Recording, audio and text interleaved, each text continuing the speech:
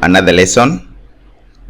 We are continuing looking at questions that have been tested by KASNEB, and in this video we are looking at question number 5 in financial management that was tested in August sitting 2023. And we begin with question number 5A, which reads like this: outline 5 factors driving financial innovation in the recent past. Now, we are supposed to list and explain 5 factors that have influenced innovation. Now, the first is about technology advancement. You see, of late, financial institutions have made a lot of changes as much as technology is concerned. So the first factor here is technology advances. By this we say that technology advances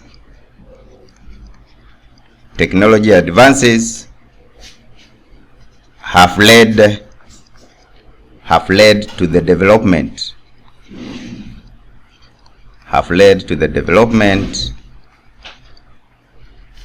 of new financial products,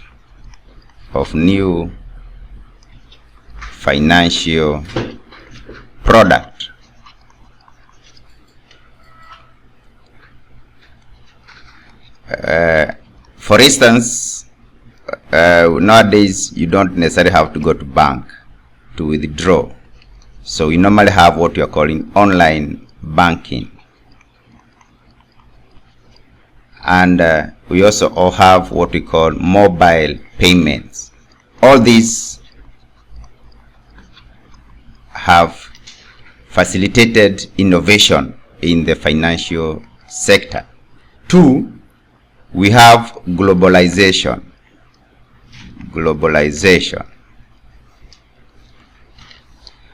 By globalization, we mean that globalization has led to the increased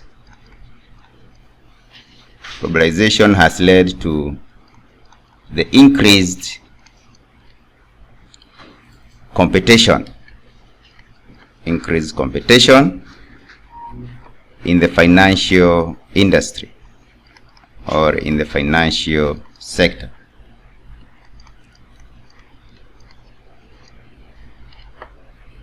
And this globalization has made financial institutions to be innovative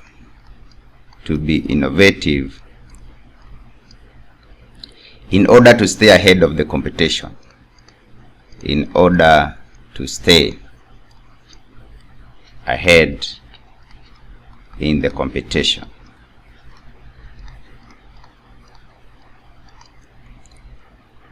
Good. Another factor is regulatory changes.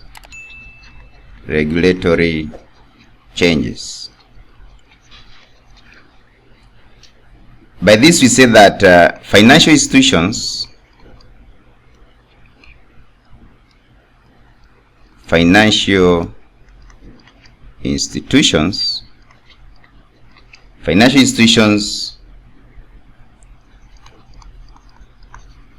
seek to comply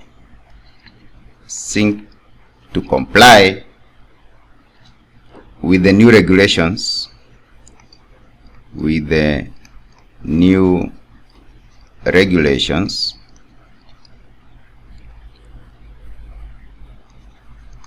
to find new way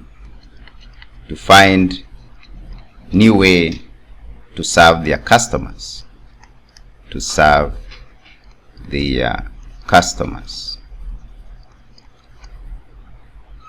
Another factor, the fourth one, is changing customers' needs.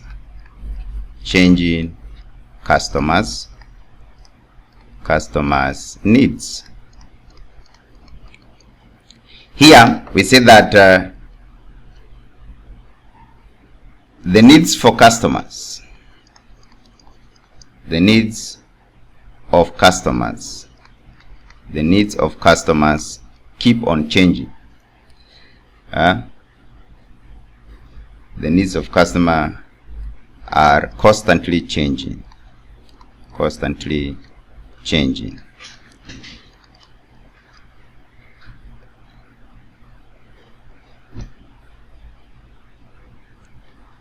And the FIS, when I talk about FIS, I'm talking about the financial institutions. The financial institutions need to be innovative. In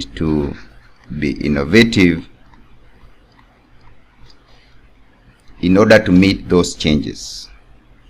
In order to meet those needs. Finally, the fifth factor, we can talk of the search for yield. The search for yield. Here we are saying that financial institutions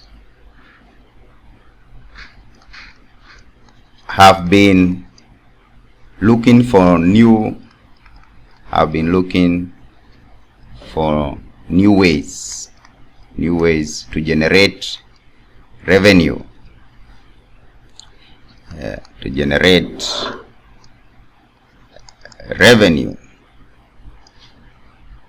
This has led to innovation. This has led to the development of new financial products. It's led to development of new financial products so that they can make more revenues. So basically, those are just but a few of the factors that are driving financial innovation in the recent years. Good. We go to part B, and part B you ask, Joy Ouma needs 9 million in 5 years time to purchase a house. He is determined to deposit a given amount of money each quarter in a sinking fund that earns interest at the rate of 12% compounded quarterly for 5 years. Calculate the amount of money that Joy Ouma should deposit in each quarter in a sinking fund so as to enable him realize 9 million in 5 years. One thing you need to note here, it is compounded quarterly. That means in 1 year there are 4 quarters. 5 years there will be 20 quarters. Then this is 12% per annum. It means 3% per quarter because there are 4 quarters. So how do you get the amount Juma need to deposit or Uma need to deposit in each quarter? Now, the future value is obtained by having A, that is annuity, what is supposed to deposit in each quarter, multiplied by the future value interest factor annuity, 1 plus R power n minus 1 divided by R. You can use previous financial tables, or this another formula to do that. So he need 9 million. He need 9 million after 5 years, but he don't know what to deposit now. Plus 1 rate, I've said 12% per annum, so this will be 0.03. That is 3% per quarter. N will be the number of installments here. This year we are talking about 20 because there are 20 quarters. Minus 1 divided by 0.03. So here we are talking of 9 million. 9 million is equals to 26.8704 times annuity. Divide both sides by 26.8704. Divided by 26.8704, and this will give you that he need to deposit every month shillings, no, every quarter shillings 334,941.05. Good. I said this component here, you can also get it from the financial tables. If you don't have the financial table, this is the formula to use. Good. We move to part C. Part C, you are told that Penda Limited deals with the laboratory accessories. A dropper sells for shillings 500 per piece and has a variable cost equivalent to 50% of the selling price per piece of the dropper. The firm has a fixed operating cost of 500,000 and a fixed financing cost. There are two components of cost here. We have the fixed operating and the fixed financing. Take note of that. Further analysis in the firm reveals that the firm sales increases by 10%. The firm earnings before interest and tax EBIT increases by 15%. And if the firm EBIT increases by 10%, the firm's earning per share increases by 12%. Required. Calculate the following measure of leverage for the firm. The break-even quantity of sales. These are the quantity of sales that you require to start making profit. Before, if you make this or manufacture up to these quantities, it means you are still incurring or paying your cost. Otherwise, we are looking for the break-even quantities in sales. How do we go about this? Now, here we need to find the variable cost first. Variable cost per unit. Variable cost per unit. If you look at the question here, you're told that variable cost equivalent to 50% of the selling price. So we just need to get 50%. 50 over 100 times 500. This gives me 250. No. Now if you have the variable cost, you need to know what is the contribution. Contribution per unit. The contribution is what is beyond the variable cost. Yeah. So here we are selling 500 and the variable cost is 250. It means the contribution is 250. Now, to get the break even quantities, or the break even point, let me just summarize this. The break even point, we need to know all the cost. We have all the fixed cost. We have the fixed cost which is from operating, and we have the finance fixed cost. You divide this one by the unit contribution, which is 250. So when you do this, you'll find that you need 5,000 units so that you are able to pay your fixed costs. 5,000 units are the one which are required so that you can break even and begin making profit. Part 2 is asking you look for operating break-even quantities in sales. Now, here we are just interested with operating costs, not the total cost. We are looking at the operating costs. How much unit do you need to manufacture so that you start, or to sell, so that you start making profit beyond the operating cost? So here we talk of here we are looking at fixed operating cost,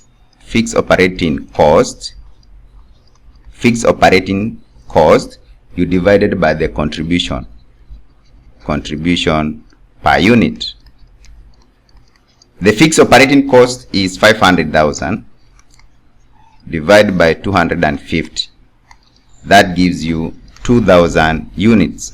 So these are the units you need to manufacture so that you can overcome the operating cost. Part 3, you are asked, you look for degree of operating leverage, DOL. The degree of operating leverage. Now, if you're looking for DOL, you need to look for percentage change in EBIT divided by percentage change in sales. If you go to your question, let me take you back to the question. You are told that further analysis in the firm reveals that the firm sales increases by 10%. The percentage change in sales is 10%. The firm earning before interest and tax, EBIT, increases by 15%.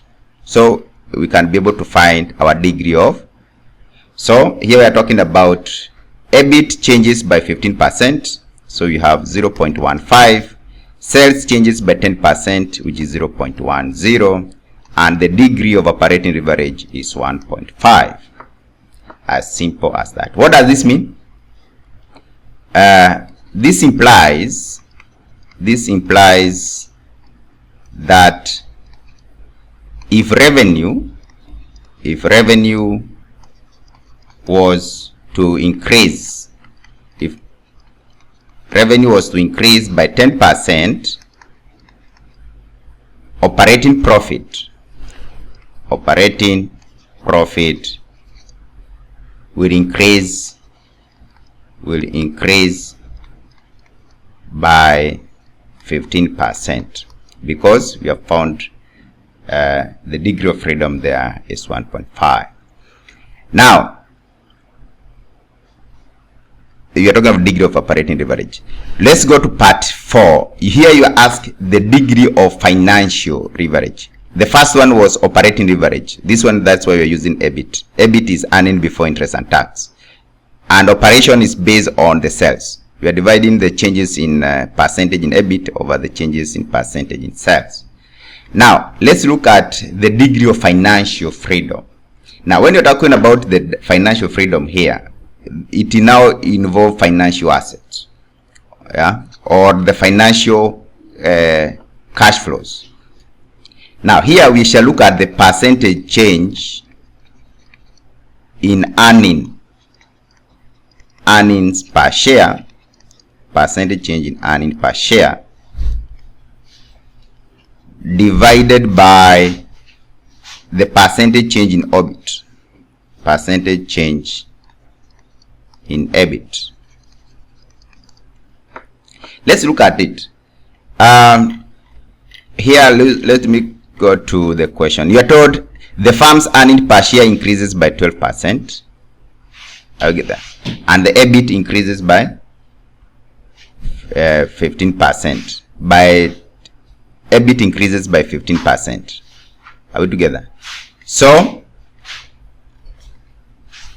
we are talking of percentage change in earning per share divided by percentage change in EBIT.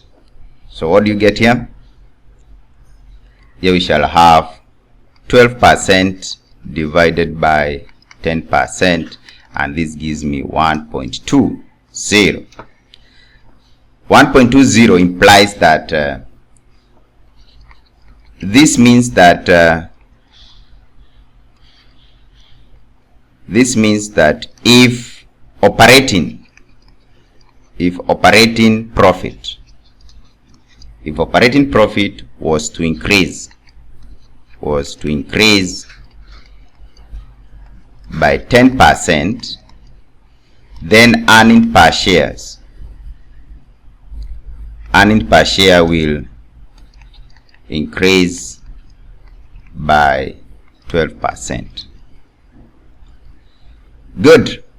Finally, we are asked to look for degree of total leverage, DTL, degree of total leverage. Here we need to look at degree of financial leverage. We multiply by degree of operating leverage. Degree of financial leverage we calculated and found is 1.50, multiplied by degree of operating leverage, which is 1.20, and you get 1.80. That is the degree of total leverage. So that is what was expected in this exam, for you to work out and score the 20 marks. Otherwise, you are going to stop there. I hope you have understood the concept. We meet in our next video. Bye.